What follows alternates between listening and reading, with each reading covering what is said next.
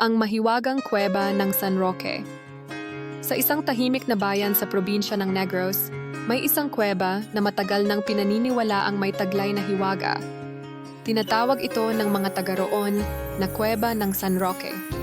Ayon sa matatanda, ang sinumang pumasok dito ng may masamang hangarin ay hindi na muling makalalabas.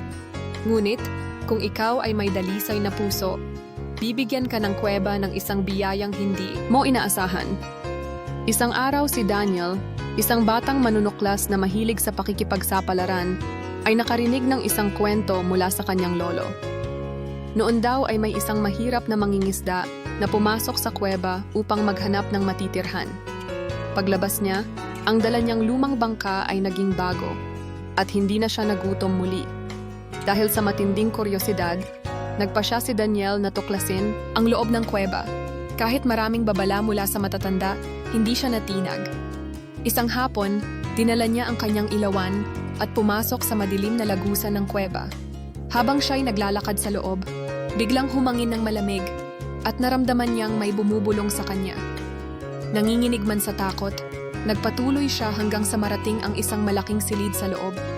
Dito, nakita niya ang isang lumang altar na may ukit ng isang matandang lalaki na may hawak na tungkod. Daniel, napalingon siya. Wala namang tao. Pero narinig niya ang malinaw na tinig. Dinala ka rito ng iyong dalisay na puso, sabi ng mahiwagang tinig. Anong iyong ninanais? Napalunok si Daniel. Ang nais niya lang naman ay matulungan ang kanyang inang may sakit. Gusto ko pong gumaling ang aking ina, sagot niya ng buong puso. Biglang lumiwanag ang kuweba. Sa isang iglap, nasa labas na ulit siya.